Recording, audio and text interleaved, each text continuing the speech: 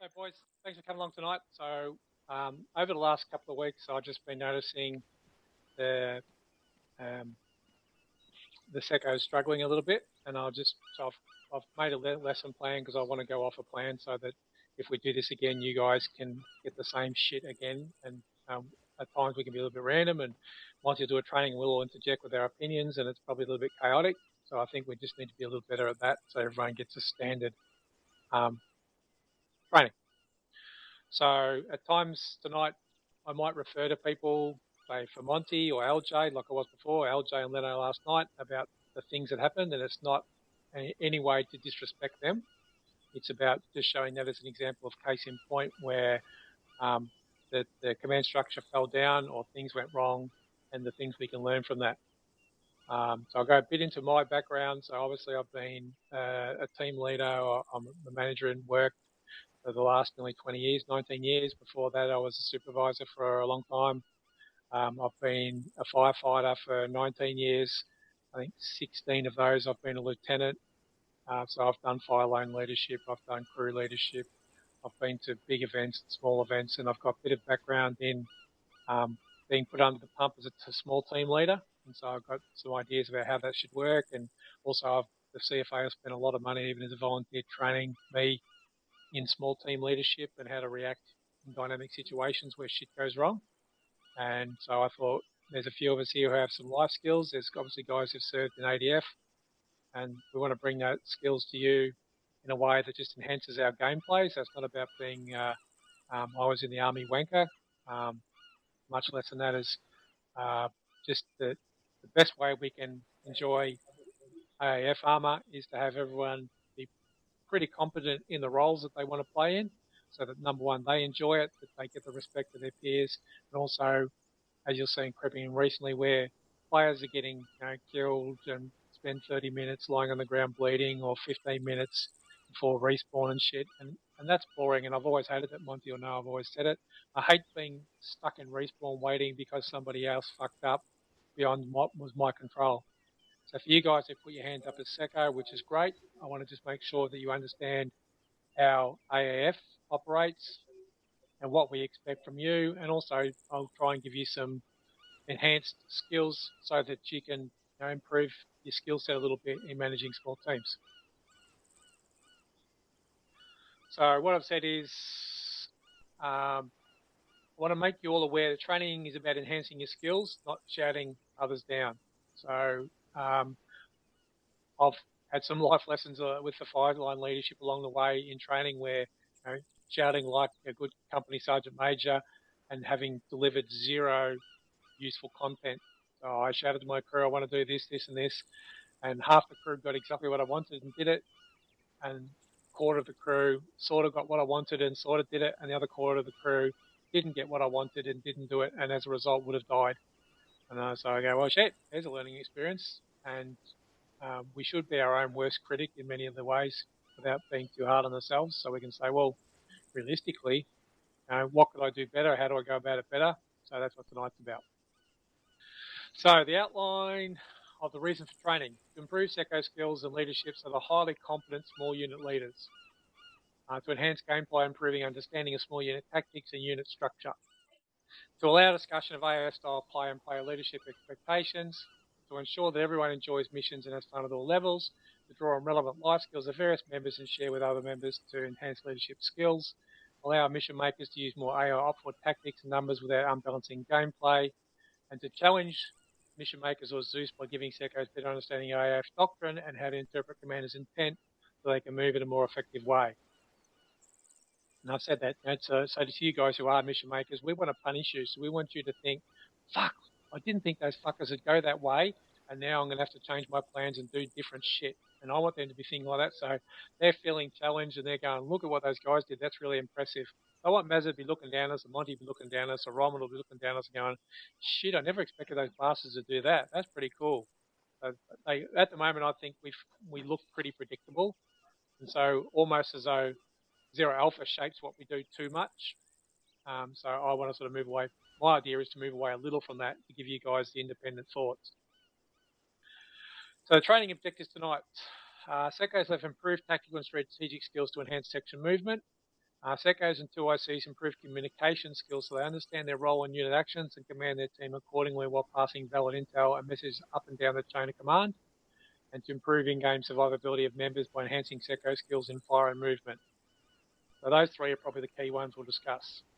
So the key competencies for success will be advanced communications.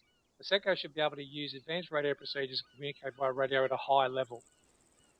Advanced tactics, Seco should be able to maneuver their section at an advanced level and understand small unit tactics at a high level. And I'll get bold, underline, underscore, change colour on that. Advanced decision making. Secos need to be able to make fast decisions in their field, assess the effectiveness of their plan, if necessary, change or adapt their plan to suit the current situation. I've talked to Monty before about commander's intent. So, and I did say, Monty looks after you blokes in a way I think's a little bit. He does too much to me. He gives you all those plans and draws lines all over the frickin' map. And I thought on Friday night, and again, not pissing on the Secos, but I thought, you guys, I said, go to grid square this. And some did very effectively, and some wandered off to points unknown and got the shit shot out of them. And I went, well, if you listen to the instructions. So the core skills for a Seco, as I see it, is the first one is know the job of one up, one down. So you'll see that commonly in most teams. So you should know a rifleman's job to a really high level. So you should be a very good rifleman. And if you don't, if you're not now, if you think, shit, I'm only an average rifleman, then you need to really sort of craft that skill and become a really good rifleman. And for a Seco, you should be a really good rifleman, a really good CLS, a really good LSW, a really good LAT. So anything in your section, you should be able to do better than most. So there'll be some guys who'll specialise. There's some guys are freakishly good with RPG or with a LAT. Good on them. But you should be able to do it to a pretty good level so you understand the deployment and the challenges of that role. Maintain effective situational awareness. A Seco and a 2IC, and this is where I include the 2ICs because the 2IC is key to a Seco's success. And so I will suggest later that you guys who are learning the Seco skill should try and nab the guys who are really good at Secoing and get them as your 2IC, because then they can gently nudge you around the battlefield telling you what to do next, but still with you learning. So the Seco and 2IC should maintain high levels of situational awareness at all times in all combat conditions. So what we find is when we're moving through the bush, you guys tend to do okay. And then all they have to do is fire, half a mag of 7.62 at you, and all your ideas go out the window, and you forget all the basic doctrine, and you go to shit. So we just need to get better at saying, just because someone shoots at us doesn't mean we stop doing all the things we've learned and just run around like took their heads cut off.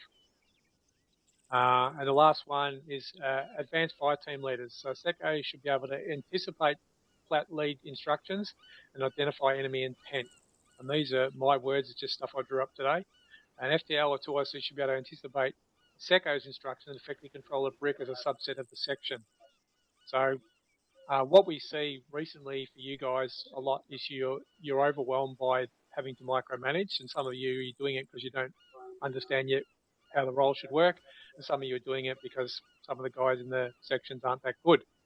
So one of the things I do when I do, and I don't do it a lot as a section leader, but I do it, is I'll talk about actions on before we even leave. So Monty will do his briefing, I'll go, right guys, around me, there's the actions on. So actions on, and my basics are right, red, left, blue, every time. So I just run blue and red, and I said, red, every time we come into action, you'll go right, blue will go left. So there's not any of that. As we take fire, I start making decisions. The basic ones are already made. I always like to come up online. I don't want my guys firing through a formation unless it's absolutely necessary to defend yourself immediately.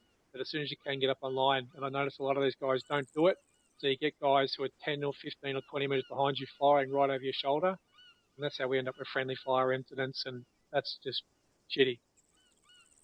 So that's actually just the lesson plan we've gone through. So now I'm just going to talk about some shit about my perceptions, and LJ and Monty will have some interjections, and you guys might have some discussion. So as we go along, and one of the things I've felt is people go, oh shit, I'm going to ask a question because I might seem like an idiot. Everyone else will laugh. And we get that in the fire service, and it's bullshit. If you don't understand, just ask. There are no stupid questions, and I mean that sincerely. There's just stupid answers. Right, so now let me just return to my lesson plan. So we'll start with tactical and strategic. So I've got, some of these are my opinions, you don't have to stick to them, but what I want you guys is to have, I suppose, a small unit doctrine of your own, so something you'll stick to that you can craft, and you might adopt some of someone else's, some of mine, some of Macca's, some of Monty's, some of LJ's, some of Tomo's, and whichever one, if it works for you and it's effective for your section, then it's fine. As long as you meet your objectives. So we talk about, so I've heard some guys, and I've actually heard some guys who've been here a long time say, what formation are we going to do? Number one, running through the jungle is not the time you ask what formation we're going to do. That's part of the starting thing. So you guys, some of you might know SMEAX and some of you might not. So SMEAX is the basis of a briefing. So the Fire Service, the Australian Army, both actually most armies in the Western world use it, and the Australian Fire Services also use it, which is situation, mission, execution, administration, command and control. And we actually used to put, and you'll see when Mazza and a couple of others, when they put their briefings in, they'll do probably the situation mission. So what I've found with the Fire Service is, and I've been told by people with a lot more experience than me, just because it's small doesn't mean you shouldn't do SMEAX. So they said do SMEAX every time, and you just go, right, guys, the situation is this. We're a section, we're part of this, we're on the right. And you might just go, oh, well, I'm the secco, I know we're on the right, but what if you're down? Does the rest of your section or rest of your brick know what the expectation is? And I don't mean the whole plan down to the nth degree, but do they know the basic plan? So just go, all right, situation, guys, we've got to go and attack town A. The mission is blah, blah, blah, fire. So we're 1-2, we're on the right, and we'll be, we're going to have this arrangement. The execution is we're going to move through the jungle or move through the bush or move across ground in red on right, blue on left, diamond formation every time. And the only exception, if I call it, is I'll call arrowhead. You all act to everyone get arrowhead, and everyone says yes, and you go, right, that will be the two formations we use. So you're not going into combat or through a complex situation where you're constantly telling guys to change formation. So you go, oh, I want line, I want column, I want this, I want that. What's the need for all that shit? It just confuses people, and not everyone gets it anyway. So imagine if these guys only have to learn the basics of two formations.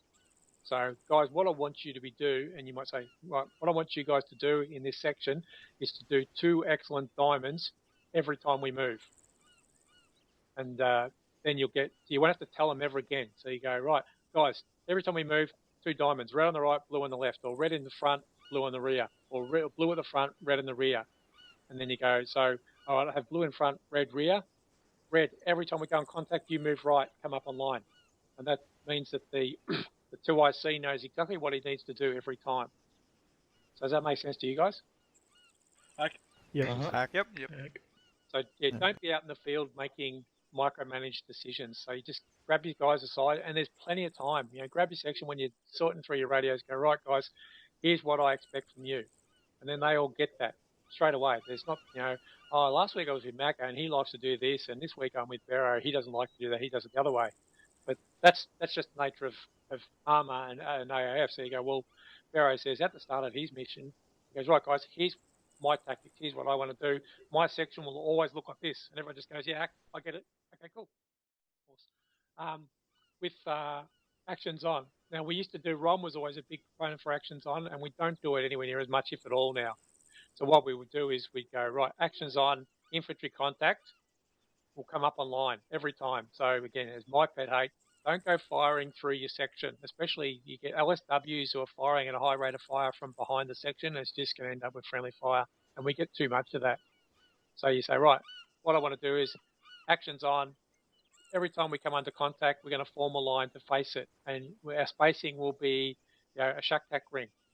But just enforce that. And what I'm seeing recently, like there was one last night where there was, I think, 6 guys in a bunker meant to be doing 360. And I thought, well, you guys obviously don't get about 320 degrees of a 360. And they were ineffective. And we actually got bounced by a UAZ and some infantry because these guys had piss poor situational awareness. And it wasn't their fault. They just didn't know what was expected. So they go, oh, the bunker's a pretty safe place to be. And you think, well, logically, yes, for one or two guys, maybe the LSW and his ammo bearer, but not for the most of a section. Right. So the other thing is about, I feel anyway, standardising the colours would probably make more sense. So the guys go, you know, I can't really see the point of putting whole bricks as red and blue. If anyone has a different opinion, I'm happy to hear it. But I feel let's do red and blue, and you set standards. So I think we should set a standard that we have red and blue bricks, that the sections use them similarly, so that if because you know we're not fixed sections. If we were, it'd be easier. But if a guy comes from Macca's section this week to Tomo's section next week, he'll have a basic understanding of what's expected of him, because both are secos from the same group and should behave in a roughly the same manner. So mixing it round within reason obviously is fine, but making it too different just for the sake of different is probably confusing for blokes. I mean, look at some of these new guys coming in who've never played a first-person shooter before. You know, we want these guys to enjoy. And if they're constantly confused by us changing shit just because we like different colours, it's probably going to be confusing. So one of the other things, we talked about it last night. LJ and I had quite a chat about it afterwards, but and we all do it. Everyone does it, and it's part of, you know, enjoying the game. But if you step up as a seco, you should not be at the front of the formation ever. Now, I've run with most of you guys, and I'll call you on the radio when I'm in your section as a rifleman or a LSW and say, hey, seco, where are you in the formation? And they sort of keep running and go, I'm at the front. And they keep running, and you go, hey, seco, where should you be in the formation? And they go, oh, yeah, all right. But it just should be, it's not even like, oh, I'm going to have less enjoyment. You took on the seco role, that's your enjoyment. And, you know, to me, you'll get plenty of time to shoot at someone, but your section should be structured in a way that you can keep situational awareness, and you will not have situational awareness at the front. So normally you want your seco to be roughly around the middle of the formation. So with you in the middle of the formation, you should have, if you're in an arrowhead, you should be probably towards the middle, maybe in like you're the shaft of the arrow in the middle. So you've got, you know, guys down both sides. AR should be off to one side so he can put effective fire. You should mostly have, if you've got two ARs, one on each side of the formation. So if you're doing an arrowhead, one on either side. If you're doing a diamond, you can have, say, if red right, blue left, you would have the leftmost guy in blue as the AR and the rightmost guy in red as the AR. So they can put massive effective fire off to the sides, and allows your riflemen to deploy while the AR is doing his job of suppressing. Then your rifleman can move up into line and get effective fire out. Now, it's not something we do as much anymore, but I think it's a big help to you guys when you know these standard formations will just sort themselves out. So the same as you shoot a point, you know, often put your 2IC at the rear of the formation. So the 2IC is obviously a fairly competent person. So if you're in the middle, they're at the rear. You've actually got the whole section in front of you. So if anyone's straying group, if they're bunching up or any of that, you can see it straight away and you can correct it. Also, too, you've got someone highly competent at the rear who's checking over his shoulder all the time. So you're not going to get someone creep up on you from behind, which is happening a lot lately. So one of the other things, and this is a major thing, so I hear you guys, every time we stop, I'll hear the seco go, oh, everyone 360. And I think, why should you have to say that? So again, to me, it's just, and this is part of what advanced infantry will be about. We'll be not telling the guys how to shoot a virtual rifle, but how to move and place themselves so they're effective. So the section leader should be able to establish with his section that every time we stop, you will automatically do 360. And those of us who've been doing this a while or played other, you know, first-person shooters, team-based first-person shooters will automatically do a 360. We just automatically do, but not everyone understands what that means. So you need to make sure you establish with your 2IC and with your section at the start. Okay, guys, every time we stop, automatically do a 360. So if the seco then becomes a discipline of yours, you say section halt.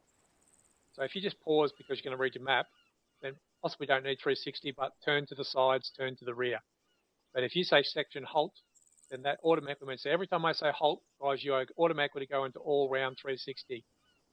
And one of the other things, and this is a personal thing for mine, and I'm happy to hear a disagreement, but will be to say in a small, like a gully or a small riverbed where we've got very little view outside of the gully, and we'll go 360 and there'll be guys 5 meters from the secco looking outwards, which is sort of okay, but their range of line of sight is about 10 meters.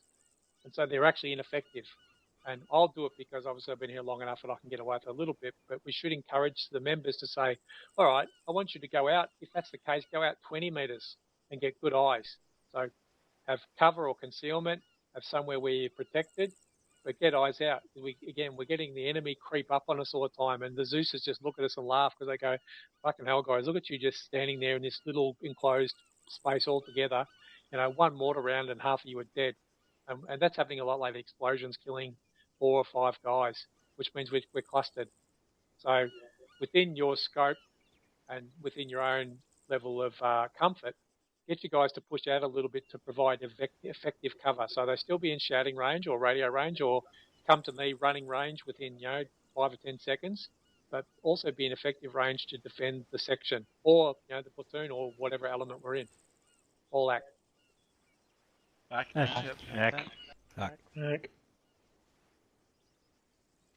The other thing that suffered last night was comms. So there was at one stage, LJ reminded me afterwards, because at the time I got pissed because it happens a lot in the fire service, and it's the most annoying thing. Is I established comms with LJ, so I called him, he acknowledged me to send. I went to send, and one of the section leaders came right over the top of me and just blasted me away. And then when we both interjected and tried, he just yelled over the top of me again to get his point across, because he felt he was in much more important than my transmission. So it's just not effective comms. The idea is that if you need to break because your situation is urgent and that happens, then you lead, and we've heard it before, Monty says it all the time, break. And everyone else will shut up. It's like, Pam, mate. He says, break. Everyone hears that and shuts up. You go with your message, you establish comms, go with your message. But I'd already established comms, so the channel is mine to use. Now, I was a bit confused because I was having to run on the 2.0 plat channel, but bad effing luck. If I was just another section leader, I'd established comms to the platoon leader. It's mine to use until I'm out. So just acknowledge that. So comms discipline is important. We don't use comms anywhere near well enough. So we don't use listening discipline well. Friday night was a great example of me giving instructions to 3 sections. One section followed them exactly, and that section I knew exactly where they were at all times, and they were where I expected them to be at all times. Even when they were in the shit amongst the mines, I still knew where that section leader was and what his situation was. Whereas the other 2 sections, one was told to make an attack on a town in support of another. One sent sent a brick down the hill and left the other section running around like chickens at the top, and I mean literally running around like chickens at the top of the hill. And the other one went way off in a different direction and just got totally massacred. And LJ and I looked on him with disbelief because I couldn't work out what part of my instructions he could misinterpret. So I still don't know what part of my instructions he misinterpreted. Yeah, so it was confusing as the plat lead, so it'll be confusing for you guys to look at a formation and go, who is that formation? Because none of the information I have adds up to that formation, which is what I was looking at. I was looking at a friendly formation that was so far out of position according to my instructions that platoon leader, that section leader acknowledged, that I couldn't work out which one it was because he'd literally crossed through the 2 other sections and was way off on the right side of the battlefield. So if you guys don't understand the platoon leader's instruction, just say, call the platoon leader and say again your instructions. I'm not understanding your plan, which I did last night. Leno gave me a plan, and I looked at my current situation, and I said, I'm confused. So I called Leno and said, I'm really sorry, Leno, I don't get your plan because what I'm seeing on the battlefield doesn't add up. So I'm not getting it. And he reset it, and I went, Roger, got it now. So I could have just run off and did what I thought was right, and it would have been, actually was going to be totally wrong. But when I was adding it up, I went, this looks wrong. I don't think I should be here according to where Leno is. So I called him up again and said, no, I think I've got this wrong. where should I be? And he told me, and I went, yes, I did have it wrong, and corrected it. So the same should go for you guys. If Monty says something, if I say something, if Jazza says something, if Mazza says, whoever the plat lead is says something, and you go, shit, in my situation, that doesn't make any sense, put your hand up and say, yeah, plat lead, not getting it, that doesn't make any sense. Your plan doesn't make sense to me. Does that make sense to you guys? You get what I'm going over there? Yes. Yeah. Yes. Yep. Eric? Like that. And that just comes into the same point Bluey made before. There's no such thing as a stupid question. If you don't understand the plan, always ask for more information. Yeah, and that's it. And Leno sort of said it to me and I was listening, but I also had the other radio going in, which is not an excuse. And I listened and I went, okay, yeah, I've got what you said. But then as I went towards where he told me to, I thought he told me to go, I went, okay, this no longer makes sense in what I would think. And this is the thing I'm saying to you guys, anticipate the plan, the structure of the plan. And I went, how I would anticipate the plat lead running this part of the battle, this doesn't make sense to me. That's why I called him back and said, yeah, sorry, Leno, I know I'm wasting your time, but this doesn't make sense to me. I've misunderstood your plan. And he retold me and I went, okay, I totally didn't get it. And the markings on the map didn't help. There was a lot of markings on the map that were just so confusing. And then someone said, oh, so we should follow the green line. And he said, no, don't follow the green line. And I thought, why the fuck is there a green line if that's not there to follow? But these sorts of things. So this is the stuff where I want you guys to work on is anticipate the instruction, anticipate the plan, and pick out what doesn't fit. So the other thing that you guys, I suppose, need to work on, in my opinion, is with the comms is sit reps. So the sit rep, we've got into the habit of saying, the plat lead will say sit rep and you just come back with green, or yeah, we're all green. But the sit rep possibly, and again, I've got a history of the fire service and I can tell you so many bad examples, but the sit rep is about a brief situation report on where you're at in the battle space. So we don't want to know the nitty gritty, but you can say, ammo good, medical good, and we're here. Because sometimes the plat lead has an understanding, and Monty uses some tools sometimes to understand the battle space better in helping you guys, but I don't. So I don't use any of those things because it's not my style. And I'll go, okay, I expected you to be here, and I asked you for a sit rep, and you told me where you were, and I look at it and go, well, shit, 1-1, that's not where you should be, so I want you to move to this space, and you act, and then you move. So I think part of your sit rep should be where you are, unless it's obvious, unless you're within line of sight of the plat lead. If you're remote from the plat lead by hundreds of meters, then my feeling is you should be telling us where you are, currently in grid square blah. And that just goes down. I think some of the boys have said, if you're doing section lead, and when I'm doing back, I have a notepad and I write shit down, just so I don't have to try and remember it during the middle of the game. So I write down channels and frequencies and all that sort of shit. Yeah, so just have a little, crib sheets for you. So it's a little note to say, here's what I've got to do. What are the key points? What are the channels of the other units? So at times last night I was changing between 4 different channels, communicating with different parts of the 2 sections, and then also with the other platoon, so I could get an idea of the situation. So your sit reps are part of the plat lead's situation awareness, but also part of your situation awareness, because he looked at his battle plan and says, you guys are nowhere near where I expected. And I must admit, because I run with the plat leads a lot, I hear that a lot, where the plat lead will go, hang on, you guys are nowhere near where I thought you were. So you guys need to start thinking about that as a section leader, you should be able to identify within reason where you are at any given time. And I know, when you're belting around the forest, it's hard at times, but within a small margin for error, you should know roughly where you are, because if you need to call in plat med or support or extract or anything, and you don't know where you are, it makes everything else really, really difficult. All right, next thing is, I suppose, effective combat. So we need to, you guys at a high level, and as I said, this is where you should know, and I would say most of you guys, if not all, know the basic rifleman skill to a high level. So you should remember back to that and go, what's the most effective way to utilize these guys who don't have high level skill, or utilize the ones that do? So even when you've got you might have 4 riflemen in your section. Just think about it when you're doing your red and blue, and don't just go, okay, the first 4 are red, the second 4 are blue. You might actually mix your skills up. So you know, I know we try and do it, but we just probably have a second go at it and think, can I mix my skills or my experience levels up? So I've got the guys who've been doing it a long time, or the guys who have a high level skill mixed in with the guys who are just learning. That means that you don't have 4 guys who spent 5 minutes playing ArmA who are really struggling and not enjoying the game, and the other 4 guys are just raping face and destroying everything, going, how good's this?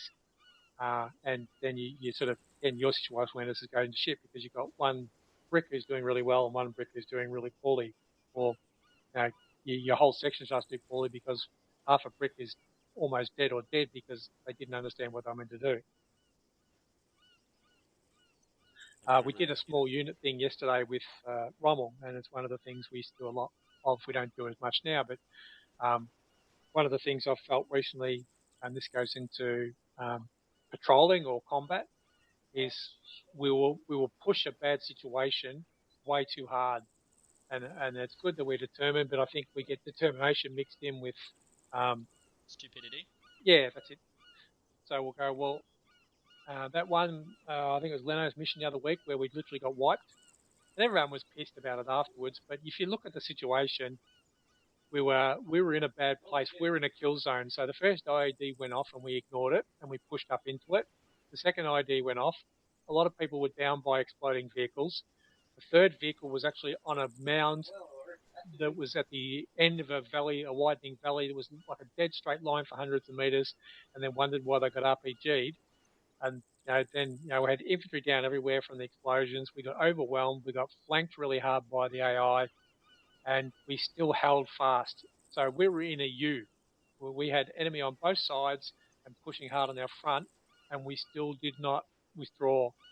And so we know what the objective is, and the objective is to have a shit ton of fun, enjoy the battle, but and I know it's only virtual, but to bring everyone out alive. And we used to pride ourselves on that. I remember most of you guys remember it, where we'd say, we come out with 0 casualties and we go, well done, guys, we did really well, 0 casualties. And now we take heavy casualties every second night, and we were always reporting KIA and shit, and we go, well, how is the gameplay? And I said this to the boys a while back. How is the gameplay for old mate who's come into AAF and thinks this is going to be really good, cooperative, teamwork, don't like that competitive shit, just want to cruise around, have some fun, and then within 5 minutes they're dead on the ground because someone forgot to check them, or everyone moved on and ignored them, and then they're in a respawn or whatever, or they can't respawn for an hour, or they can't respawn until next fucking week or whatever. How is gameplay for old mate then? So I think we just got to get that lack of selfishness in there and make sure we look after those guys. And so I think we've ignored recently the battle buddy system, where we used to have everyone had their buddy, and even then I don't think we've put as much credence into the buddy system. So part of the advanced infantry will be about giving battle buddies, I suppose, the responsibility to look after the guy next to them. So you look at that guy and go, well, you don't have to be right on his toes all the time, but every minute or so you look around and go, well, where is he? Or you just bang out on the radio. So I'll do it to Macca when Macca and I team up on the marksman rifles, and we're just banging each other on the radio all the time. How you going? You all right? Yeah, you good? Just 2 seconds. Macca, you all right? And that's just the way it works. And so your guys, it's not you, because it's too much for you to be thinking about. So you need to imbue that into your sections, that's their job, is to be constantly pinging the other boys, having a quick look around. Now, if you see a guy who was moving before, you look at his little pointer on the shack pack and it never moves, you can probably imagine he's not conscious. So there's those few clues. Have a quick look around. Does that guy look like he's competent and moving, he's scanning, or is he just lying there on his side, or it doesn't look right? And then you go, well, obviously he's not right, and we don't do that as well. So it's becoming very common now to leave elements of a section behind, but not at the time when you're withdrawing. You're just left behind because we all ran up to kill some more bad dudes, and some wounded guys were left behind, and they may have gone down in the first contact, and no one even realised. That's happened to me before. It's nothing more infuriating than sitting there watching 3 people go by you on the shack tack and not notice that you're sitting there perfectly still. Yeah, Mm. and there's that. That's part of the responsibility of the section leaders to say, and again, it's the it's the doctrine. It's the rules that you set.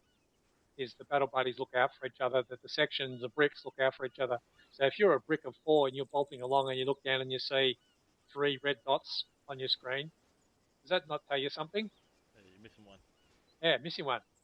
A missing man formation. You look down and go, that formation doesn't look right. Where's the other guy in the diamond, or where's the other guy? And that's why I like preset formations, and that's actually why I really like the diamond, because it's really, really apparent when you look at a diamond that there's someone missing. And so again, you start to retrace your steps. Who last saw him? Where is he? And you go back. Can I just say the diamond is golden? It is. It is. It's brilliant. It's a brilliant formation. It's very easily done, and I think it's the one that the guys get the most. And if let's face it, the more we do it, the better they'll get at it. And if you're not learning, diamond, arrowhead, reverse this, staggered line, staggered column. I mean, obviously, column is really good in pounds and shit, but then it's easy. So you just go. There's nothing to learning a column.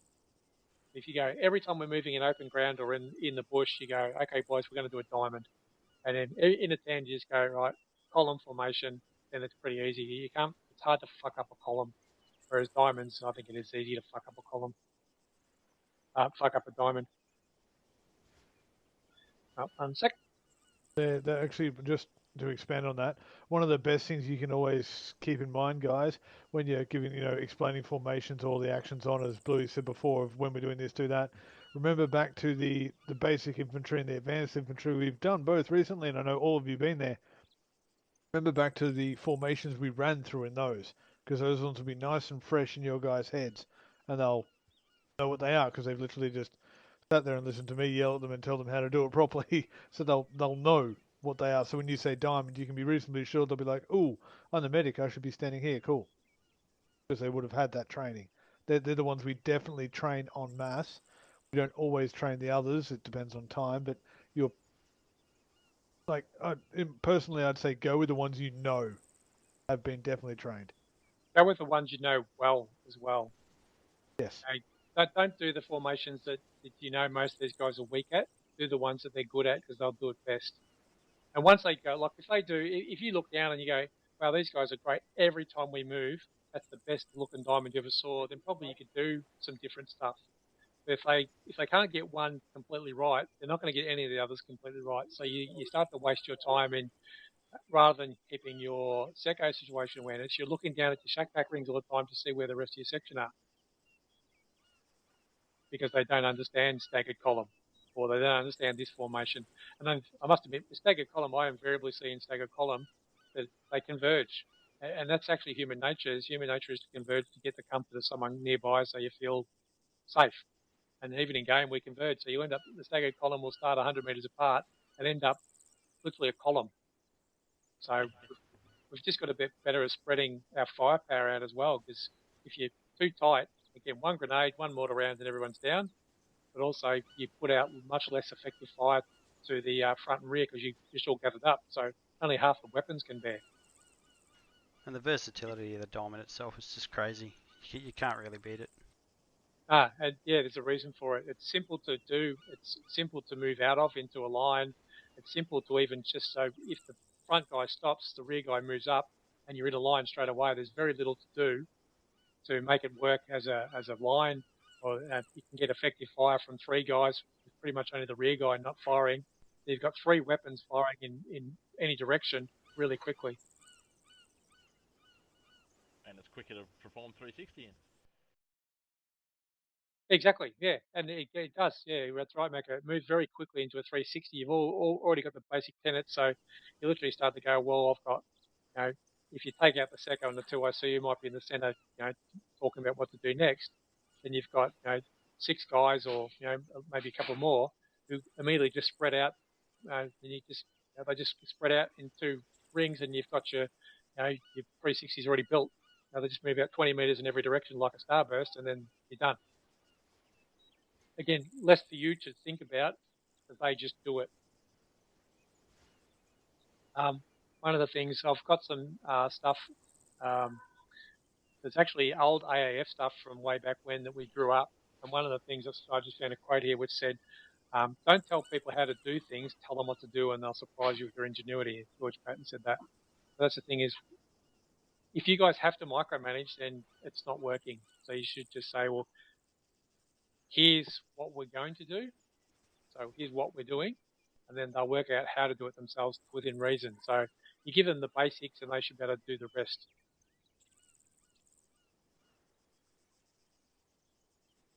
Any questions so far, boys? Yes. Yes, Score's got a question. Go for it. Going back a couple of minutes, we're talking about squad cohesion, moving, people getting left behind, all that kind of stuff. Yep. I feel like, I haven't played with you guys for long, but I feel like there's a lot of rushing. Rush. We'll run to an objective, assault the objective. There's no real time to get your shit together and get some situational awareness before going in. And so it seems very competitive. And if you don't rush, if you do take your time, if you do take a minute to think about something, there's this, you get mortared. I've seen that a few times now. That's valid. So again, part of tonight was to get you guys about how we perceive it should be, but then this is also going to be reflected on the mission makers. It's a good point, Scott. So I agree. Well, if you were on Friday night, you would have seen that I rushed less because, I don't know, I just don't think coin ops is meant to be rushed, but I was the plat lead and I was more about let's get good eyes, let's evaluate the target, let's move on. And I said, 100%. But then it wasn't a full-on mission night, so I don't have quite as many guys to consider the impatience of. And sometimes, the plat lead has to consider the impatience of the team and getting on because people will complain, oh, fuck, this is boring. And also they'll have me pissing and moaning about when are we going, because I just like to rev them up. But you're right, and I think within reason, mate, you still control that. So it's a good point, and we can mention that to mission makers that within reason, you should be moving at a reasonable pace. If you're dragging your heels tonight, I think if you're dragging your heels, then you should be mortared. And some people just are way too slow. You look at where they are and you go, there's just no possible reason for you being there. But within reason, you should be able to take a reasonable amount of time to get to the objective and to evaluate it and to what you're going to do. But we can't take forever because it's the game. Yeah, I get that 100%. Bluey. But I feel like it's a bit fast at times. In some ways, I think it comes again to what Monty says a lot and what's repeated a lot. The concept of the violence of action and such is interpreted in such a way where people feel the need to move quickly and do actions quickly for that. Yeah, I agree, Fitzy. I think that in the context of violence of action, so, and I will do it. So I will sometimes, when I'm the platoon sergeant, I'll move up with you guys and literally nudge your sections along. And it's not, again, it's virtual, so no one's going to die. But also, I don't like to be lying on the ground bleeding out. So I'll try and do it quickly. But part of what it is, and it's a good point, Fitzy, is it's not about, the violence of action is not about rushing from 2,000 metres out. It's rushing the last 200 metres. So if you're getting mortared, if you go prone, you're going to continue to get mortared because that's how mortars work. So I will try and push up to get under the mortars. So get into inside the range of the mortars' effective fire so they literally can't fire at you. Also, too, you'll see sometimes where, this is one of mine, which I will say to you guys, where we'll take 5 rounds of fire from somewhere, everyone will lie on their bellies and go for kill shots. So you'll see a whole lot of firing. Even like last night, there was guys who are obviously dead, AI guys, and we were still firing a lot. And I was going, well, what's all that about? What's the fucking point? Yeah. So what's the benefit? So we already, mate, we've gone to the point from years ago of not showing anyone their scores. It's not about scores because the success is that section of 8 goes in, section of 8 comes out, and you shot shit or blew up shit or whatever. And to me, anyway, that's my enjoyment. Again, I've said before, I've gone in as a medic, and I've come out with the same magazine I started with, still in the rifle, and I've gone, best night ever, had the absolute best fun, medic the shit out of a ton of guys, made their game enjoyment so good because got them up quick, got them back out in the battle, and it was great fun, and teamwork. So I think we just need to keep, there is a pace, and I agree with both. Scored's got a valid point, and I agree with the violence of action too, Fitz, but there's somewhere there is a balance, and you need to assess that. But definitely we can pass on to the mission makers that they shouldn't punish people for being reasonable about things. Yeah, if it's methodical and sensible, you go, well, you can't be punished for methodical and sensible. But also, too, you got to keep in mind, and part of tonight is about making dynamic decisions on the fly. So in an ever-changing situation, so one of the things I said about me and the coin op, different to Monty doing the main mission night, is I just went, I'm not going to plan, because the guy said, oh, what are we going to do for the third objective? And I just said to them straight away, I'm fucked if I know. I haven't taken the first one yet. And it turned out the first one smashed us. We took casualties, we had damaged vehicles. I saw some elements of the section leaders not following my instructions or not understanding my instructions, probably more to the point. And I went, well, how are we going to go taking an intensely fortified position if we couldn't take this first town? So why would I want to plan for the third one when I haven't even seen my strength coming out of the first objective? So I sort of feel, for me anyway, I would limit my ambition to saying, guys, let's just take the first objective. And I must admit, I've said to Monty before when he said, Bluey Jack, my plans, and I said, Monty, only watch the first one. The last two I switched off because I'll actually wait till we get through the first one before I read the second one. And that's just for me because I'm getting old, fellas. I don't want to listen to all that shit. Nothing. I can't absorb it. I go, shit, all I want to know, what's our immediate objective and how do I back you up on that plan? And Monty says, oh, we're going to do this. And I go, cool, all right. And I'll be running around anticipating his moves for that bit, keeping the section comms going or doing whatever, doing spotting as a marksman, just feeding in tons of information, maybe not even firing a shot. So that's the role I take on. And I go, okay, and then the second one, I go, okay, Mike, what are you doing for the second one again? So it may be that you guys, if you, as a section leader, if you're telling an infantryman, all right, guys, what we're going to do for objective one is blah, and then you spend 10 minutes explaining the whole plan, and like fair dinkum, these guys Switch off. Yeah, they really switch off. So they go, hang on, we're going to do what for this? So you're talking about the third objective that's going to come in an hour and a half's time, maybe even in towards the end of the first mission, and they go, so we're going to run over this hill and do what now? They're still thinking of the first objective. I haven't even suggested that. So again, limit the scope of your instructions to be brief, be concise. I think the plans are, the plans are there to be had. That's great, but I don't think you need to give a rifleman the whole plan in one briefing. So personally, I would limit it. I would just go, right, here's what we're going to do. Here's what we're going to move. The first objective is this. We're on the right. So I want you three guys, you're going to be the fire support team. You four guys, you're going to be the assault team, and I'm going to be with the fire support team. You go, okay, cool. Everyone goes, all right, got that. That makes sense. Hot Can I tip say something, as a Blue, secco. before you say anything as well? Go, Lightning, I'll talk after you. Roger. Hey, yeah, hot tip I got as a secco is treat your section members like goldfish. If it takes longer than 60 seconds to explain your next plan, then they're likely to forget it. Add that. Also, too, if you think about it, if you think, actually, it's taken me longer than 60 seconds just to work out what this plan means, then you go, right, okay, let's limit that. You got to dumb it down for them. Yeah, LJ? I was going to link back to that violence of action comment. Violence of action in a lot of our missions is a double-edged sword, and it always has been. It can be used to fucking neutralize a variety of different things, but if you use it at the wrong time or in a wrong situation, all you're going to do is get everyone killed. Yes, that's what I was going to say. What's the point of violence of action if you've lost all initiative? Yeah, Yeah, I wasn't so- bringing that up to disagree. I was just bringing it up as a point. No, And your Hudson- point was valid, Fitzy, and it makes sense. So the violence of action is, when you're literally coming into contact, that's when you use it. So you do have to push up. So I suppose then now we can talk about some of the tactics of attack and defence. I said we started to talk about we don't withdraw ever, Yeah.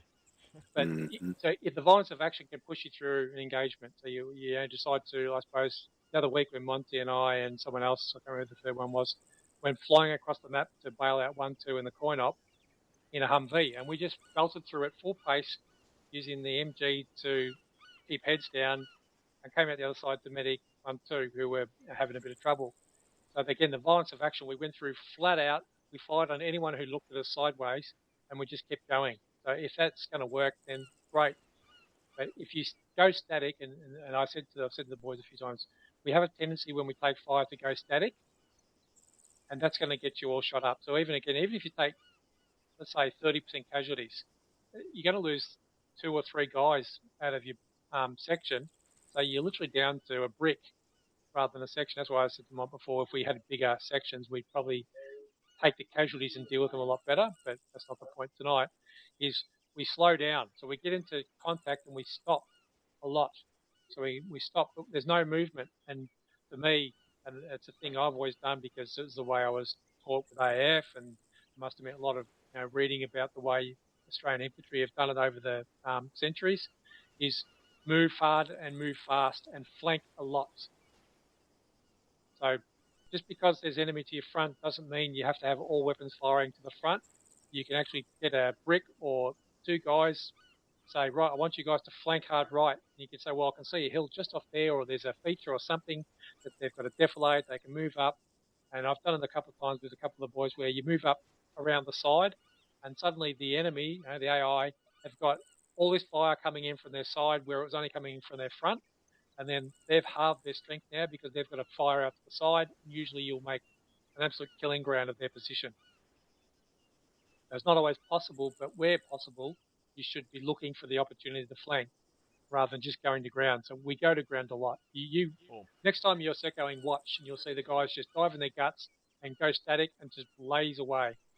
If I could, Blue. Yeah, or, actually manoeuvring. So they just sit there and just lay down. I've been guilty of it as well, but a few times I've got a few of the boys go, you know what, we're going to peel out of this, we're going to go this way, and half the guys are going, what's that? That's the you would have all, I'm sure you've all heard me say violence of action. We've already That's covered that like a couple of minutes ago, but that's feel free to say literally anything though. Literally what Bluey's talking about is just violence, just actually doing things rather than being static and sedentary. Violent, actually make the battlefield yours. Yeah, I touched on that before, Mom, but I'm saying the trouble is we still think violence of action is a frontal assault. So fixed bayonets and charge. And look, sometimes that's effective, but more often than not, it's not. We can cut the pieces doing it. Yeah, if you're going up against, I said, if you've had the opportunity to read some of your history, you'll see that that traditionally over the years, the ADF in its many battles has always been the attacker, not the defender.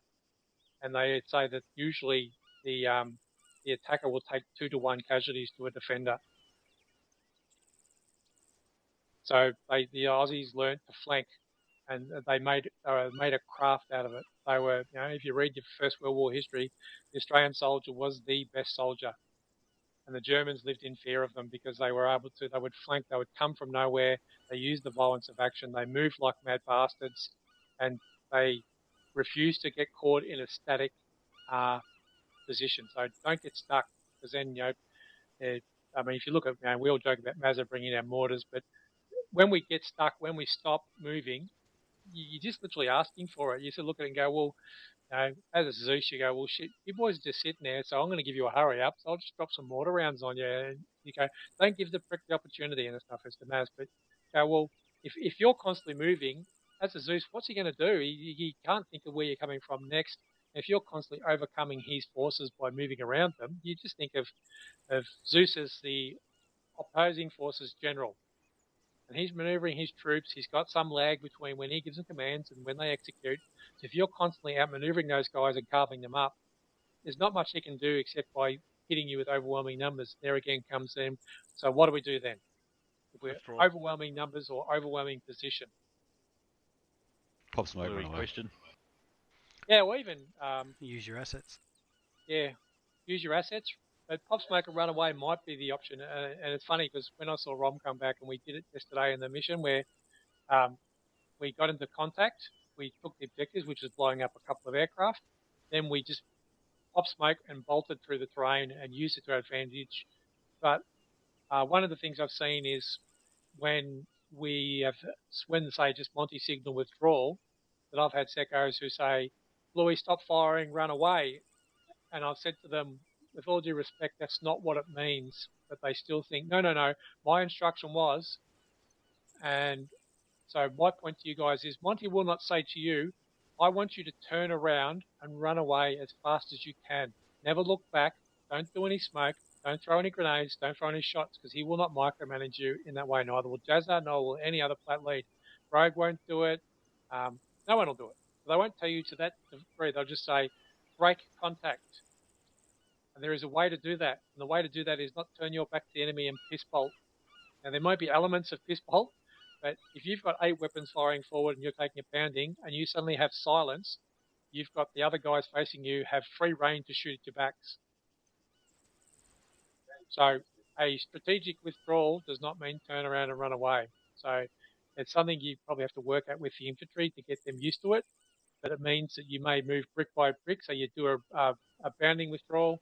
So you have a brick facing forward. The first brick, while the first one's firing, the second brick moves backwards 100 meters or 50 meters, whatever you think is reasonable for the terrain. And then they turn and face forward. And they fire between the guys. So you have to have that spread, but they're putting suppressing fire while the other guys move. Because if you stop suppressing, the enemy will just lift their fire rate massively. And they will move as well.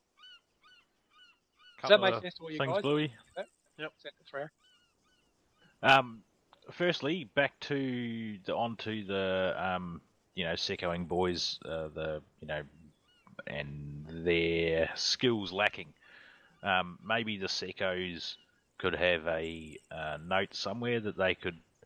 Maybe there's a couple of different sections, and they could, just discreetly recommend people for training if they see that. You know what I mean? Like where boys are lacking their skills they need to have.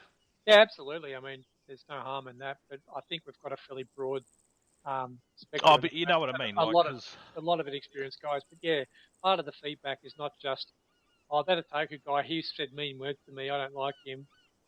Or valid stuff, Otaku's a rude prick, and he talked down to me, he belittled me, and you go, well, that's not appropriate. Yeah, true story. But some of the feedback might be, hey, I saw Comrade and Hefio, and those guys are okay, but they probably need a little bit of a brush up on the use of LSW because they were a bit rough, or they'll just find these like whole belts in 5 seconds sort of thing, and you go, well, okay. So the feedback could be just about, hey, I saw Crucial and 3.0 didn't know how to break contact, we should do a break contact training. And you go, oh, that's a good idea. We're always looking for information on what to train on next. But So by let's all do means, one just on that. So but that's by all feedback. means, pass that to the member pluses. Like with the standard feedback we asked for, by all means, and I've gotten it a couple of times, put it into them as well. Because we'll put that on the list and go, right, there's been an obvious lack in this. We've heard a lot about it. Sort of, we'll do that. We need that. It's not belittling. And, yeah. It's just saying, look, there's a skills issue. So these guys haven't been taught that skill, and it might be we look around and go, shit, we haven't done that one for a while. And then we can do like even a whole group on it because we just go, let's do one whole session of strategic or tactical withdrawals, breaking contact. And I said, Ron used to make us do it all the time because he was such an ass about it. He would be throwing tanks and shit at it, and you had to effectively break contact because it was overwhelming. And I just said to the boys the other night, we don't break contact anymore. We just push and push and push until we're pretty much combat ineffective. And then when 3/4 of us down and dying, then someone says, oh, maybe we should break contact. And then you look around and go, well, who's going to carry all these dying bastards? Yeah. Yeah. What's there's an old saying, what is it? Run away, live to fight another day. Yeah. Discretion is the better part of valor. Yeah, that's it. Yeah. Also, too, boys, you look at sometimes, if you look at that mission the other week, where Leno's mission, which was a bloody good mission, and he set a very big challenge, and we weren't up to the challenge at the time. If you thought, shit, and one of the things about tactics is we talk about ambushes, and we tried an ambush last night, and unfortunately it didn't work out because someone stuck their head out, but shit happens. But you think, what if just say, and what Leno did, and it was a great example of suckering us in. He had 2 guys engage us, and then they piss-bolted over a hill. So he had 2 AI withdraw really quickly after taking pot shots at us. And our guys, and if you've seen, what's that movie with Mel Gibson? We Were Soldiers. Yeah, We Were Soldiers. I was thinking of the book because I read the book as well. So here they had the same thing. The Vietnamese engaged them. They went piss-bolting after the Vietnamese. They cut the whole platoon off. So they isolated them from the company. They cut off a whole platoon. That was their intention. So they actually did. They just fired some rounds, suckered them in. The US soldiers went bolting after them. They cut them off and surrounded them. And their issues in that battle were so compounded by the fact that one of their platoons was cut off. They were trying to fight through to them. It really fucked them up. So Leno did that to us. He got these 2 guys to sucker us. I think 2 sections went bolting after them, probably slightly against instructions. And so they had to spread out really thinly, and then he hit us with the main force, and it smashed us. And so I would say to Leno, bravo on doing a really good mission that really exposed where we're not strong. But also, too, I was actually the medic, and I recognised, and I'm special. I could see it happening, and I recognised early, and I got on command net because I think by that stage both the platoon leader and the plat medic would so the plat 2IC were down, and I said on the plat net to break contact because I could see it. We were getting enveloped, we were getting surrounded, we were actually going to be cut off. They were actually doing a pincer movement, which was very impressive to see happening, but bad from the aspect of we had wounded everywhere and we were just going to get fucked. And we ended up, a few guys managed to break, but most of them we got fucked up.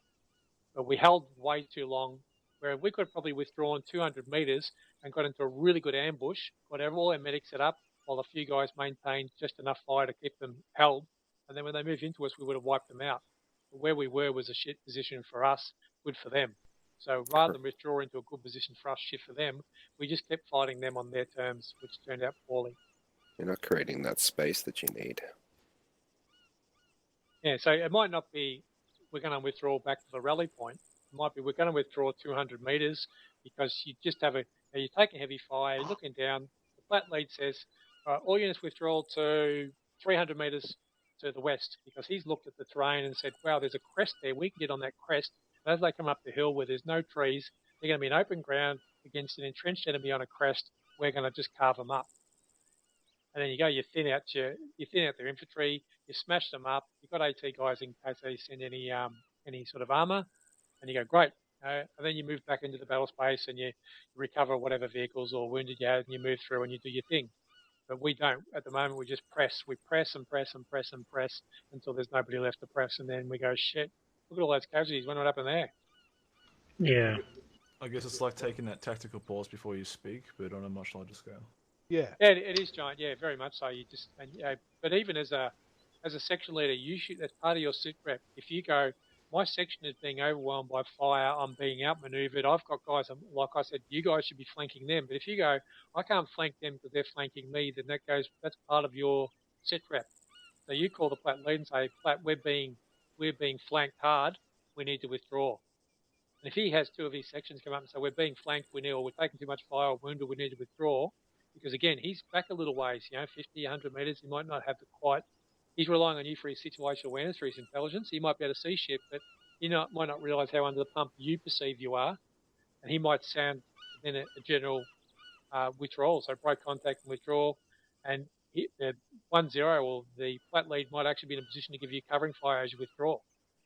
But he needs intelligence from you guys. That's your job. Yeah. Just one thing, because this is going to be back like 10 minutes. But basically, with the concept of violence of action, and I can't remember who said, I think it was Gord, said that we always seem like we're always rushing everywhere. The concept of violence of action does not mean that you constantly apply it all the time. It doesn't mean that at all. It means that when you contact the enemy, you go through it like a hot knife through butter, not necessarily rushing everywhere and constantly applying it. But it's over in about 30 seconds. Yeah, exactly. You don't always rush. You go to a slow jog when you need to, when you're just moving from place to place, so that you have that preparation in time, so that when you contact the enemy, you completely destroy them, and then you go back to a slow jog. Yeah, violence of action is about when you're pretty much in contact most of the time. Can I just make a point there too? Let Fitzy talk. A lot of the new guys, including myself, are not comprehending that correctly. We're almost doing the reverse of that, where we're rushing about because we think that's what it's supposed to mean. It on a more base level, I think some of this stuff needs to be known by the grunts because we don't quite understand what is expected of us. Yeah, that's what tonight was about, mate. Exactly that. Because I said to mine, everyone's trying. We're all enjoying the game to some degree or other, and we have fun most of the time. But there's some bits about it you go, oh shit. So I said, the training before has been about comms and using the radios, moving your units, which you all do reasonably well. It's the nuances of it, the advanced level that we're not getting. And as I said, the last couple of nights watching, just literally stepping back a little bit with this tonight in mind, thinking, these boys don't get what this means. The comms is poor, but even listening comms is poor. It's not just, I think people perceive poor comms as, when I talk on the radio, I stutter or I hesitate or something, and you go, that's not what it means. It means that when the plat lead's speaking to you or directing you in his plan, you need to pay 100% attention or ask questions to get the exact plan. Otherwise, you'll fuck it up, and which has been happening a lot. Freo, you had something to say, mate? Yeah, I was just going to say with that violence of action, a lot of the flaw that I see with what happens with us a lot is you might have, just an example, 2 sections shooting at, oh well, let's just say 4 enemy.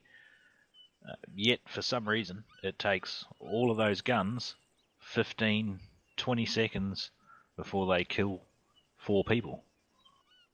Yeah, So part of a lot of it falls back to that basic training. Accuracy. Yep, part of the actually being issue able to shoot.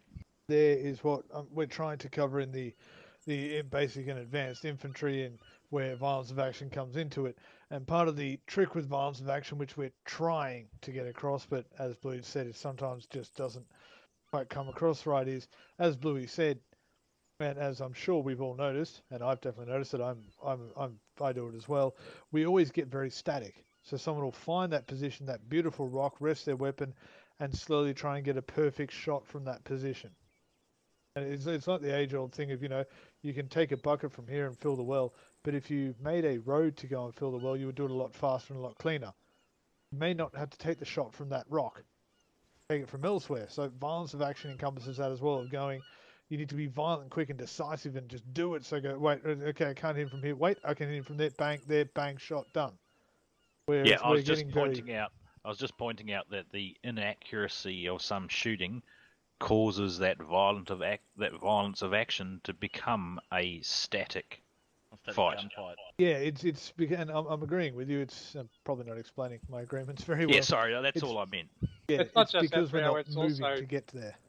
it's not just that. I think too is even if they're firing accurately, it's the decisiveness, and this is the next point: is the secos need to be decisive. So I play a lot as all different roles, and I listen a lot. And what I listen to is the worst thing you can do, and this is the thing they teach us with fireline leadership as a firefighter. The worst thing you can do is not make a decision. It's the worst thing. So people go, oh, I'm scared of making a bad decision, and you go, no, just make a decision. If it doesn't work out, you'll see it pretty quick. Change your plan. So make a plan and execute it.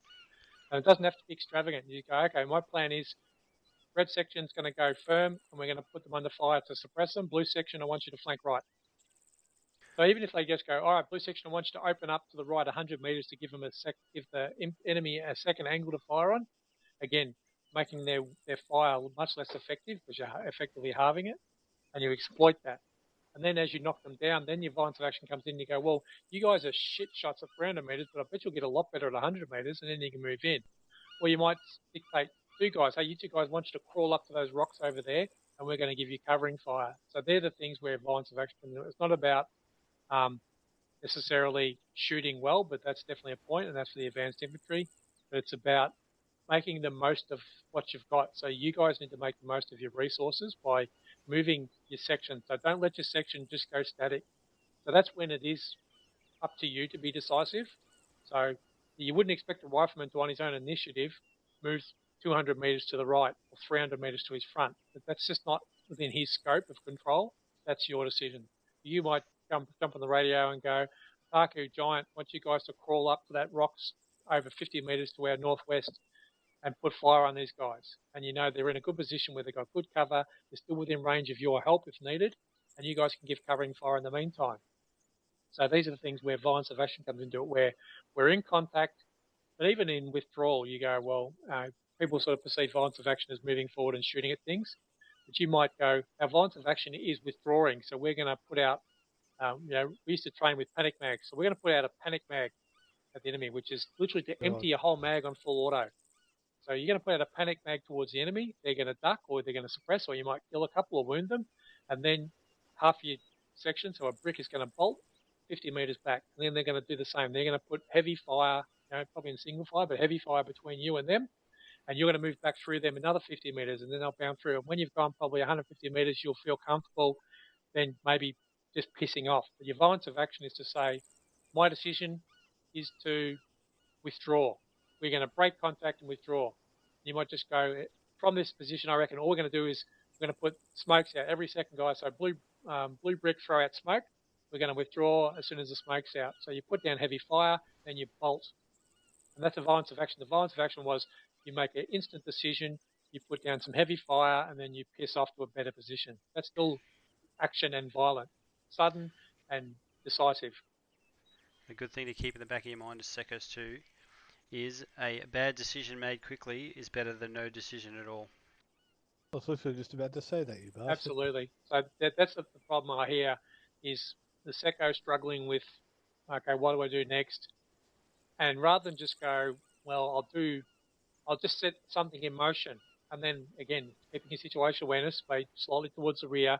You watch it unfold in front of you and you go, well done, lad, good plan. Look at that. That thing is really working. Or you look at it and go, shit, lad, that plan's not working. All right, blue brick, I want you to move more to the right. I want you to go to those rocks over there, get behind those trees.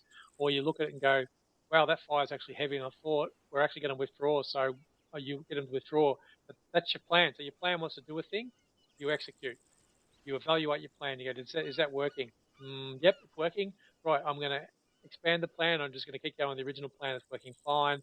I might modify the plan slightly, or actually I'll cancel the plan and have another plan, which will be withdraw. But still, withdrawal is a plan.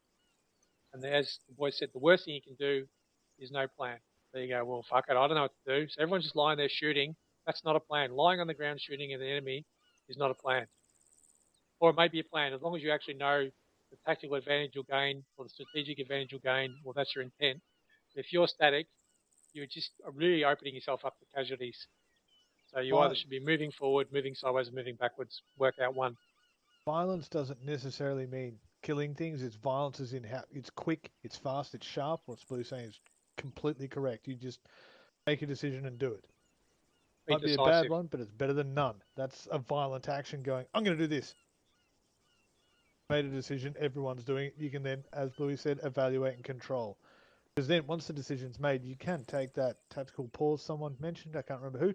You can then take that tactical pause and go, right, this is going, oh, and as Bluey said, do an after action report while you're doing, go, yeah, no, that's not working, right, let's go further. Right. You can do those sorts of things, but you've made that violent action to kick it off. Things are happening, things are moving, you're a lot better than sitting out in the open going, crap, we're getting ambushed, we're all going to die, the platoon leader's an idiot for sending us here.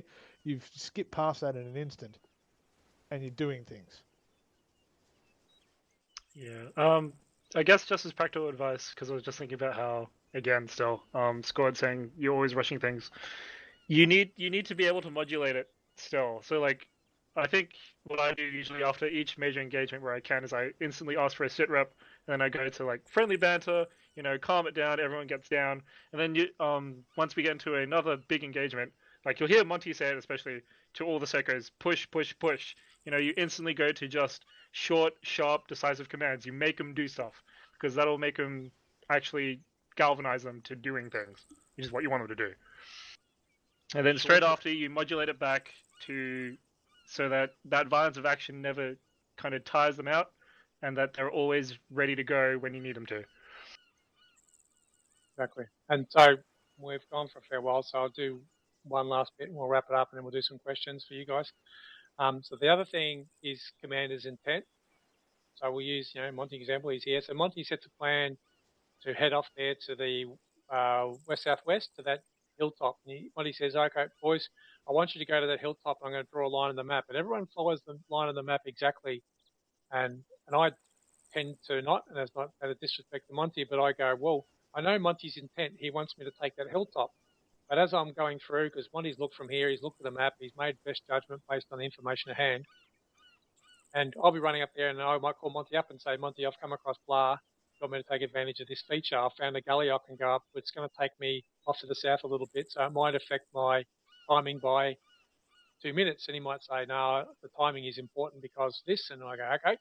Or he might say, it doesn't matter, but I'll take latitude, will work within the commander's intent. So it's not 100% rigid. So the objective is to take that top of that hill. You might go, well, as I'm working through the terrain with my brick or my section, I go, well, I'm going to be more effective if I go slightly off to the south. And you do that because Monty's objective was to take the top of the hill. So as long as you stay within commander's intent, you don't have to have such a rigid structure that you will follow exactly what he said 10 minutes ago, which might not be valid anymore. So you might have taken some casualties, you've expended some ammunition, you bumped into an enemy section in the trees along the way, and you realise there's actually Op 4 coming in from the south that Monty hadn't even seen because he couldn't see them from his map. So again, commander's intent is the thing. You need to follow within the commander's intent. Doesn't mean you do specifically exactly what he said from the start. He's giving you guidelines, not rules. So A good you follow example. them as guidelines. Sorry, Blue. A good example of that is 2 coin ops ago, not last one, the one before that, when I think I finished and went, holy shit, guys, we raped face.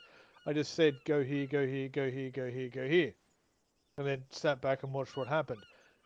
Did it brilliantly. Everyone just sort of went, oh, we just got to go there, cool. And I think I even said, look, you've got a lot of leeway, guys, just get there and do the task. That is the commander's intent.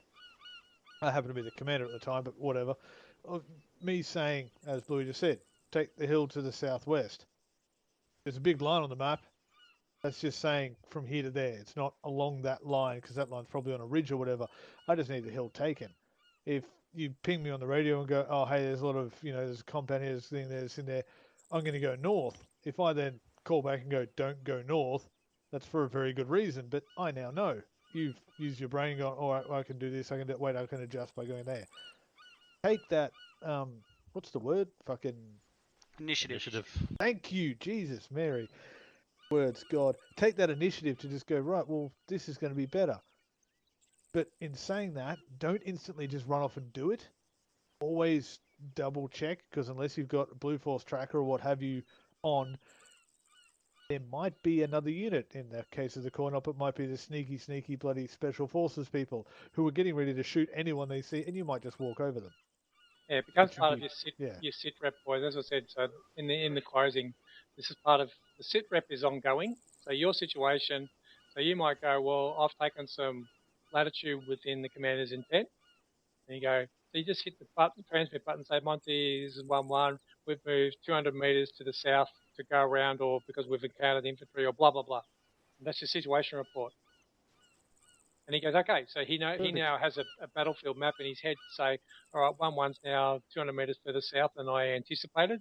So if anyone else calls up, if 1-2 calls up and says, oh, Monty, we've spotted some infantry 200 metres south of the original line of demarcation, and Monty goes, oh, yeah, that'll be 1-1, disregard. So, or check ID. And we'll come back to those guys who mentioned last night when we got Freo mentioned it, where we got friendly fire as 1-0 element. And part of that was I think the stage of the battle were overwhelmed. I don't think the 1-1 Seco really knew what was going on. He was probably a bit overwhelmed himself. And that's not to be disrespectful. It was just chaos. And so 1-1 were firing into 1-0's backs. And so part of that would have been 1-1 should have checked with 1-0 to say, is there any friendly sections in front of me? And the answer would have been yes, there are. Or 1-0 should have communicated and said to 1-1, there are friendly sections, or there will be friendly sections in front of you, check your fire. So, as I said, my personal thing is check fire anyway, but I could see how it was confusing. It was a bit shitty. We were taking a ton of fire, and I must admit, some of you guys need to shoot better because, it wasn't very accurate. And if we were enemy, you would have been in a lot of trouble because it wasn't accurate enough. So, it goes back to what Freo said. But yeah, that's the thing is you do need to still give small sit reps, and it's not a extensive thing, but you might say, well, I've changed what I'm doing because of this. So you need to let the plat lead or your level up know because you've changed your location. So if someone calls up and said, I can see some infantry moving through the trees here, I'm just getting glimpses, and the plat lead says there is no one friendly there because that's not where I expect them to be and no one's told me anything different. And you fire on them, you go, oh, we got friendly fire, that's bullshit. And you go, well, you're actually way, way out of position, which was an example of what happened to me on Friday night. There was one section which was way, way out of position. Now, we recognised that they were and didn't friendly fire them, but they actually got smashed by the enemy because they were way, way out of position. And they never called in and said, we're going way over here. So, again, as for you guys, part of your sit rep, if you have to deviate from the plan in a big way, 50 metres, who cares? But if you're deviating from the plan by hundreds of metres or by minutes, like 5 minutes, you have to let the plat lead know because that'll affect his plan. So you're now doing things that will affect his plan. On top of that, too, if you cop wounded, the plat med will go to the wrong location if you don't tell them your Yes, corrected. And it happens. Yeah, It does The happen. issue Monty sent us up compounds. It's before as happened to, plat yeah, leads, it's happened a as lot. plat meds, and said, go here, this is where they are. And we go there and call him up and say, Monty, they're not here. And then it goes through the whole rigmarole of, okay, 1-1, where exactly are you? And then 1-1 says, wait out. And then a minute or two later, after reading his map and trying to work out where he is, he comes back with, I'm here. And then, all right, that's nowhere near where you should have been, or you said you were last. So that's confusing. Yeah, keep So- in mind, no one's going to yell or abuse or scream because you're breaking the plan or whatever. As Bluey said, if you've got the plan, you know where my intent or the commander's intent won't necessarily be me. Hopefully, it won't be me for very much longer because I can play more. Just let them know. Just say, oh, instead of doing this, I'm doing that. Then they know where you are. So I don't send Bluey and the platoon medic off into the middle of nowhere, and everyone gets confused. And I'm going, son of a bitch, I need them back here because there's another unit that it just expands the whole rigmarole out. Just go, oh cool, I need to go over here to do that. The worst you'll get is a crap, don't go that far. Like, go back on the other side because there's bad things that will happen there. In that case, you go, right, there might be an A10 landing, we'll get it back over here because they know more than you do. Otherwise, they'll just be like, oh, yep, cool. Yep. Job done. And the last thing that I'll talk about is to go back over situation awareness. So all this comes back to your situation awareness. So even as a section leader, you need to be aware of the situation of you and your section. So you need to know where you are. We don't always know where we are down to a meter, but you should know roughly where you are in the map. So from time to time, you may have to pause and have a look, because if you're going to call in resources like an extraction or like some ArmA support or air support, or if you want a mortar strike, or if you want the plat med to come over, you're going to have to know where you are. And if you've got guys wounded and you're looking on your map trying to work out where the fuck you are before you call on the plat med, you're just going to have guys bleed out or shit, and it's just unnecessary. So you need to make sure you have the time and you make the time to find out where you are. And while we've got the GPSs, it's pretty easy. But even then, look at the GPS and take note of where you are every so often. So when you're looking, you're not scouring around the whole map trying to work out where you are. You know, roughly, a few minutes ago I was back there, I've been heading north, so I should be about here, and you look at the GPS to confirm, and then you put those coordinates in.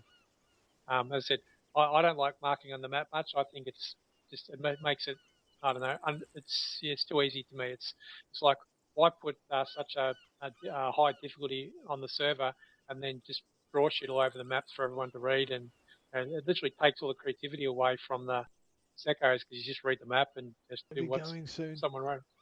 Maybe if It the doesn't have map to always happen, but creative stuff sometimes. wasn't shared. Yeah, well, if you wrote one for your own unit, because just imagine you got a section with you, you draw on your map, you would show it to them, they would have it. That's fine. But for stuff to go in global all the time, I think it's a little bit, difficult, because it's just too much information. Yeah, the global channel is probably going to be disabled for everyone but the admin. But guys, we did try it a couple of weeks ago, which is a good time to mention it. Thank you for reminding me, Bluey. When you're leading your sections and doing stuff, use group. Like, just change to channel group with a little dot key next to the whole slash next to shift, and use the group to do it, because then it's only on your map, like you showing it to your section, rather than these magical maps where we share them around everyone instantly, which is really weird. Just do it in group if you need to. But that's about it, because we're otherwise, as I said before, I'm either going to completely disable it so we can't do anything on the maps at all, which I think is a little over the top personally. But please just do it in group. If you need to, do it in group. Keeps it cleaner. All right, so looking at my list, I'm pretty sure we've touched on everything that I wanted to talk about tonight. So I'll just throw it open to you guys now.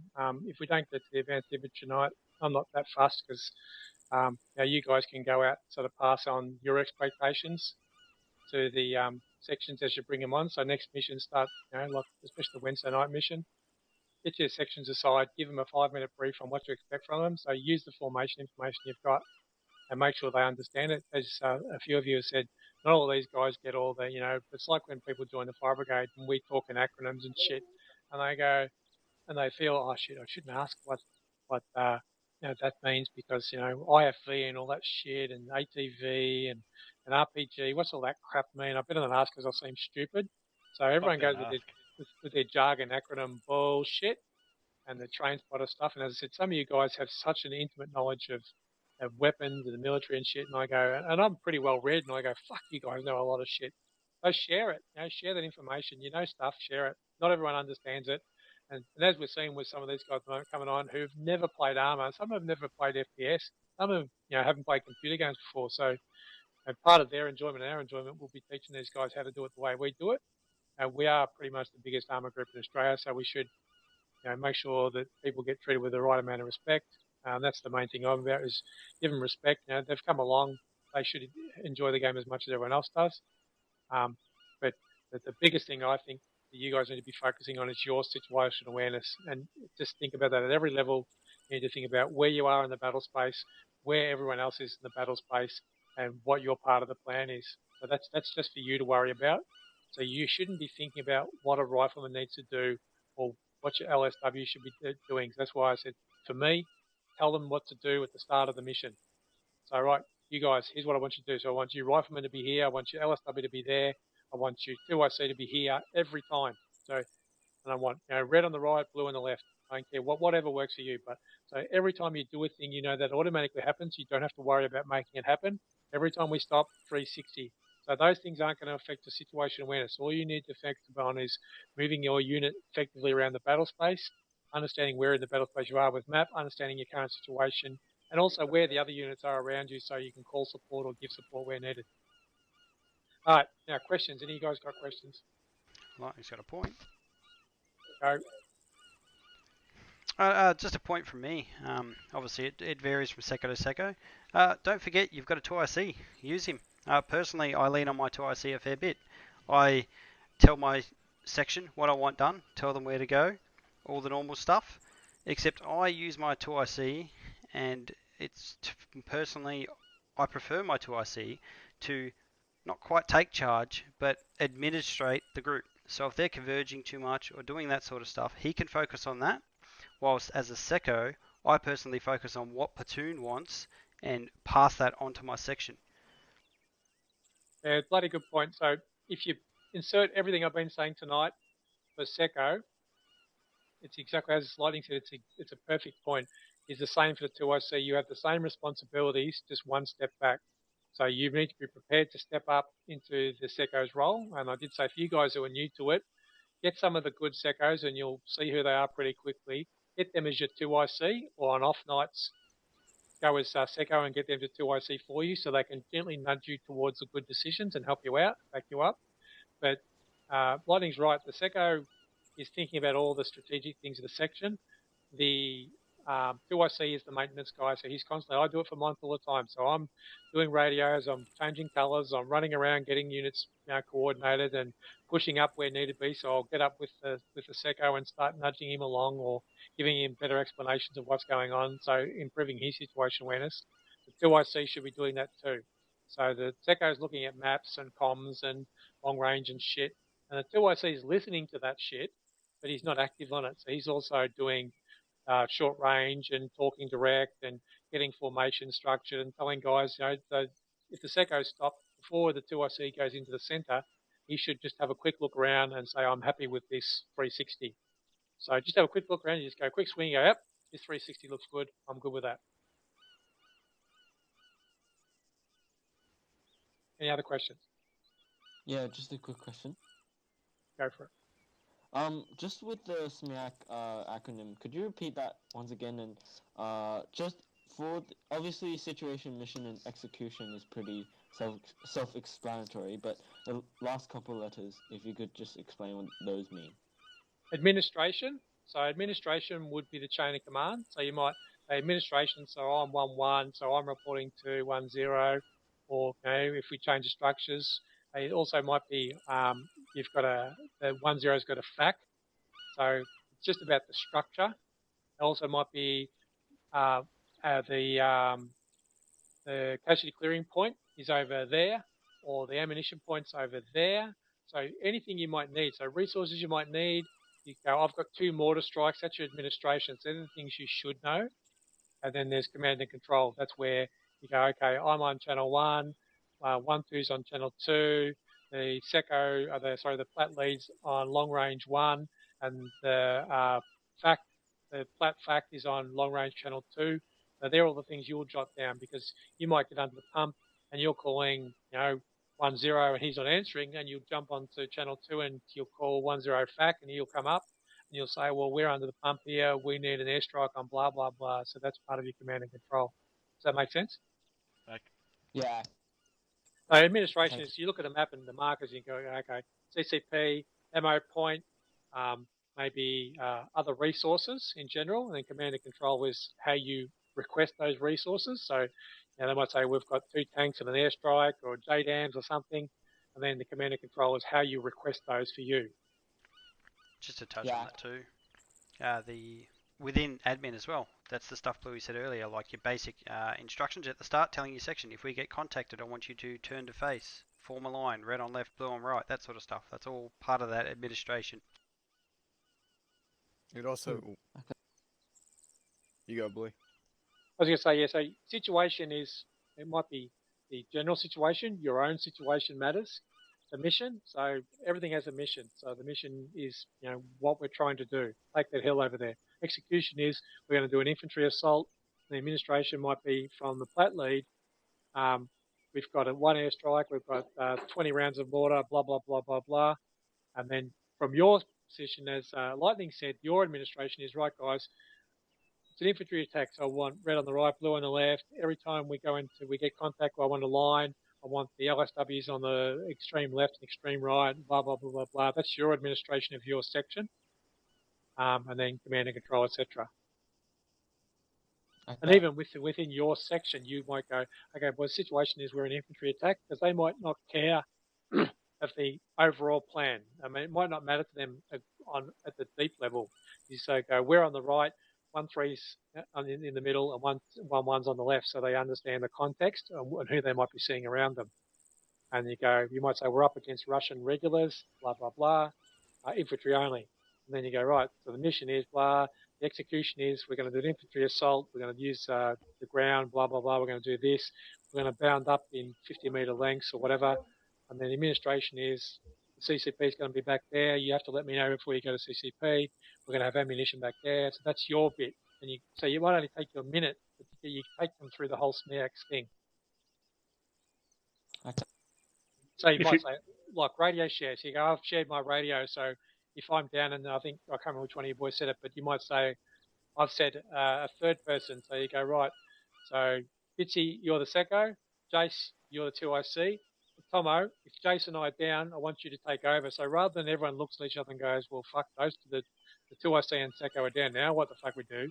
The third person is known, and he steps up. He just automatically knows that they're down. Okay, he just says, right, boys, 360 CLS on me. We're going to fix these 2 guys up, blah, blah, blah. So that's your command and control as well, at your level. Like Bluey and I were talking about, and LJ were talking about that last night. Generally, I personally set that as my LSW, but that's all up to your personal preference. Yeah, think of the next most competent person, the person you trust, or the person you play with the most. You go, well, that guy really knows his shit, and he doesn't get rattled, and he'll be able to just keep everything in check while we get, the Secco and the 2IC. And last night again was an example where the 360 was awful, and we got shot in the back so many times while we were trying to get Leno up, and there was guys available, they just weren't doing it. So that's something that you need to drill into them. Shit happened, but I think we should, maybe think about changing the after mission stuff into AAR just to talk about each section leader says what went well in each section, what didn't go well, and everyone goes, oh shit, okay, I wondered what happened there. Because we talk about, hey, Mazza, you make a great mission, mate. Well done. I enjoyed the pace, which we mostly do. Well, let's face it, we mostly enjoy our missions. We very rarely have bad news. There's some people who want to grizzle, and good on them. That's just their bent. But I think if you've got something constructive to say to the mission maker, either send him a message or take him aside afterwards and say, hey, mate, when we did this, I didn't know that this happened and we found that frustrating. And he might take that on board and might not. It's up to him. But I reckon now we should be thinking about the after action report for the after mission to say, as a group, no one gets canned. Just go, guys, what went well? So you start with plat lead. Okay, plat lead, what do you think went well? What didn't go so well? And like last night, Leno could say, okay, what went well? Well, most of the guys maneuvered well. We really, we did really good. We defended well. We attacked well. What didn't go so well? Okay, 1-0 got friendly fired. Why did that happen? And then one section leader comes up and goes, well, I was put in this position, was given this instruction to look this way. And then I saw people moving in front of me, and I hadn't been told that there was anyone in front of me. And I fired. We didn't check, and that's on me. But no one told us that there was going to be friendlies moving to our front. And then Leno should have gone, oh yeah, that's on me too. I should have said, okay, 1-1, be aware that you're going to have friendlies moving across your front. But then 1-1 should have also, the Seco should have understood. He should have said to his section, hey guys, check your fire, make sure your targets are enemy. And it was obvious that we weren't enemy, so there's all those layers where we go, we'll do a quick AR without prejudice and say, what went well, what didn't go so well, what do we do better next time, and move on. It's as you say, Bluey, we win or lose as a team. That's the thing. Another thing on that topic is, whenever Leno runs, we're giving him a lot of credit here, but like he likes to grab everyone and run an AR with them, because not only are we going to talk about what went wrong, we're also assessing potential weaknesses or pointing out things that you screwed up. And as a Seco more than anything else, or a platoon leader, if you can take on board the criticism, whether it's good or bad, then you're already making great headway to become far better in the role that you are. It's not always a personal attack.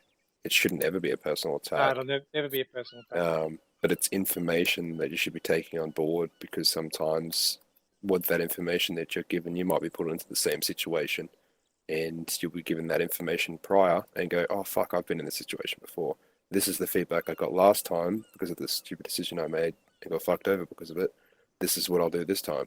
And you may find yourselves in a far better off situation because of it. But it always helps. It really does, having a peer review at the end. Tactical criticism. Yeah, I think it's just, honest and open. You just, again, we've always said it. It's anything that even resembles bullying won't be tolerated. But honest and open discussion should be right. So for all you guys, for all of us, not just you guys, for me too, for all of us, we should be able to sit down afterwards as grown-ups, even for the kids, and just say, well, okay, boys, what went well? And you go, we did this, we moved really well, 1-1 did really well, and you go, okay, well, 1-2, what happened to you? We got half wiped out because this, and you go, shit, okay, so what could you have done differently? And they go, I got a bit stuck with this, and I didn't do that, but next time, and you go, cool. Well, there you go, there's the learning from it, and everyone else hears and goes, oh, yeah, that's a good point. And sometimes someone who's got the courage will say, oh, yeah, I fucked up, I didn't check fire, I didn't do this, and everyone else goes, phew, yeah, I didn't do that either, but I wasn't game to say it, but they still take on board the experience, which can be bloody useful. Especially for some of us older members that do fuck up, and some of us actually go, you know what, I did fuck up, and look down on the younger guys and they go, well, if they can do it, we can do it too. Yeah, it's never and I keep saying this, it's the same with the feedback, guys. It's never a, you fucked up, everyone's gonna, down furrowed brow, push the glasses after you, and shit like that. It's a, oh fuck, okay, well, how can we fix that for next time? I fuck up a lot, everyone does. We just need to be able to recognise it and go, right, that was my bad, how can I fix that? Yeah, well done. I mean, you've also seen the video of me bouncing running up the wall and running away like a little girl. That's it. Thank you, lads. Appreciate your time tonight. Thanks, Bluey, for the train. Thanks, Bluey. Thank you very much. It's appreciated. I'm feeling